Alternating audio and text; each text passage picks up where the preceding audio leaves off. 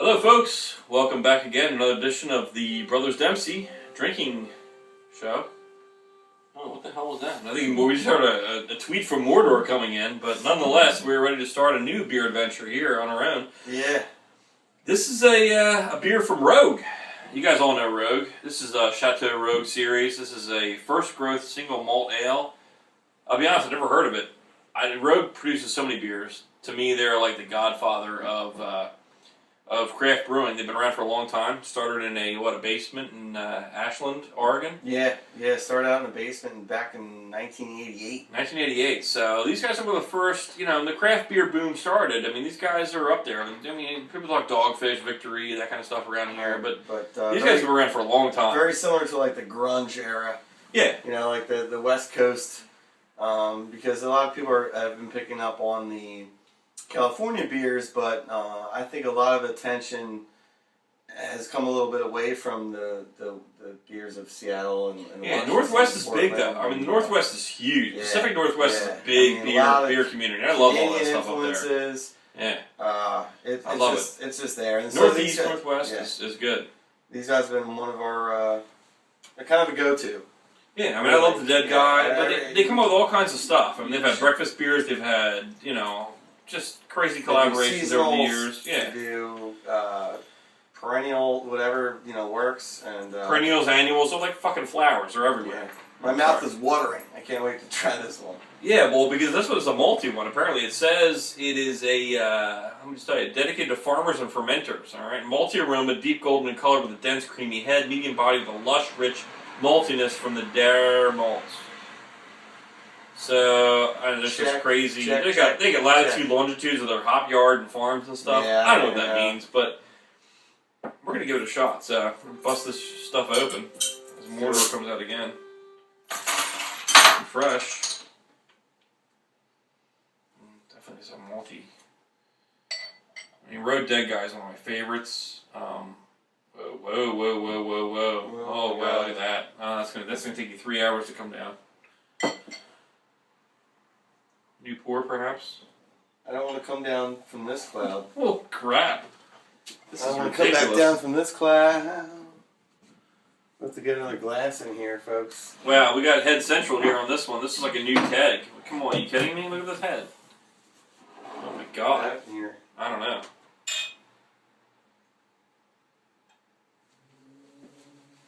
Rogue Explosion. Look at this shit. Not much better. No, we'll be sitting here for 3 hours waiting for this beer to settle. Seriously, look at the head on this thing. I didn't pour that bad, I don't think. Do you? We do this a lot, folks. We pour a lot of beer. No. And the smell is just amazing. Just a hit from the bottle, I guess, and see what we got here until this shit settles down. Yeah. Alright. Screw it, folks. Sometimes things don't happen right. Prime example here.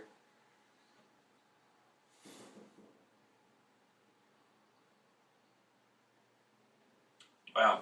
Holy crap, is that carbonated? Well, as can be seen here. Be careful with that pour. Jesus God. I don't know. It tastes like grapes off the vine or something to me. Overly crazy carbonated. To me, I think this might be a bad batch. I don't know. That's just what I'm thinking off the bat. It's a little ridiculous. I don't know. I say do-over on this one. This could be like the first blooper reel of the Brothers Dempsey beer tasting session. Yeah, I think we might have seen it. I mean, this one is it tastes like wine or something, but it's very, I don't know. It's too fermented. It's too crazy. I don't know. I don't get it. Yeah. And we had a beer tonight that said overly carbonated. Be careful, pour it. And we poured it, was like nothing. And then this shit, you get it. It's like, okay. It's a malty beer, Usually malty beers don't have a huge head to them. But, this is so carbonated, almost, you can't even get a taste of the... Wow. It's really frothy. Triple head. Mr. Frothinger over here. Anybody want a root beer float while we're at it? I mean, anybody here.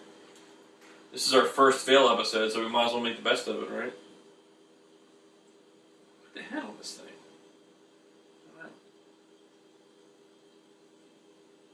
I can't remember what it tastes like because it's been so long. I don't know, trying to get a good flavor profile of this. I got a great, like a grapey, viney taste to me. I don't know, is that just me? No, it's Doesn't taste like, alright, like a quick story while we're waiting for the head to settle. It reminds me of being caught throwing grapes at the Glanfield's backyard when we were kids. Yeah. We were kids, and we were assholes. You know, we used to throw stuff around. And one day we decided to just pick grapes off the vine of our neighbor's yard. And we reached over the fence, we grabbed a bunch of grapes. Started winging them. We started winging them at the house. We were just throwing them everywhere. We were just boom, hitting the house, hitting windows, hitting whatever. You know, if I knew back then what I knew now, I would have drank the things and turned into wine. But I didn't know. You know, what the hell? What the hell do we know? They were just nasty grapes. It was like you knew where you knew when you hit your target because it was like. So we started doing that, and unbeknownst to us, there was someone in the house, and he came out, and he was none too pleased with the activities that we were doing. So not at all. No, not at all. And he, I don't know, it was pretty ugly. Threatened to break my back. He did. I think he put me in a trash can, or someone in a trash can. I don't know. I didn't even know your back could be broken. I was that young. But yeah. But apologies, Glanfields. You know.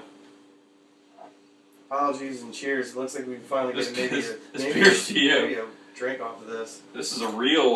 Look at this. Look at the head on this goddamn thing. I mean, come on, people. I don't know. Carbonation's off the charts on this one. Yeah, be careful. Let's talk about taste. Other than the grapey, viney.